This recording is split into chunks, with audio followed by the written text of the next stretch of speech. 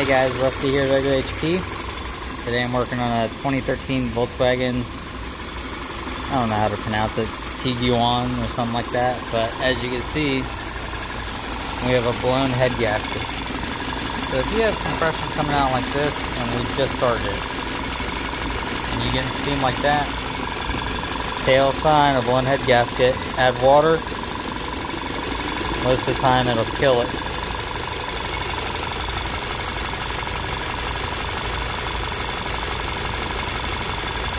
So this one's not filling up the cylinders, but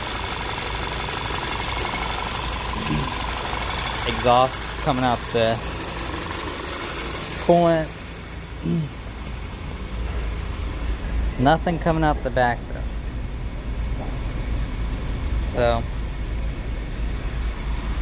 basically what's happening is the exhaust is, instead of the coolant coming out the exhaust is coming out the coolant. And we have a wicked misfire, you can see it shaking.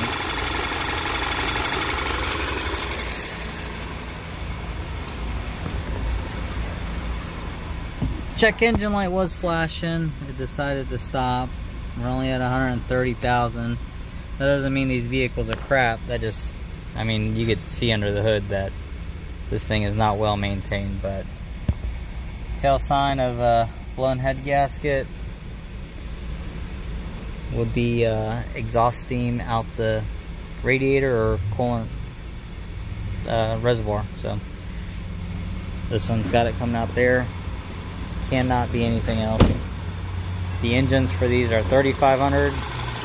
To do a head job is 16 hours.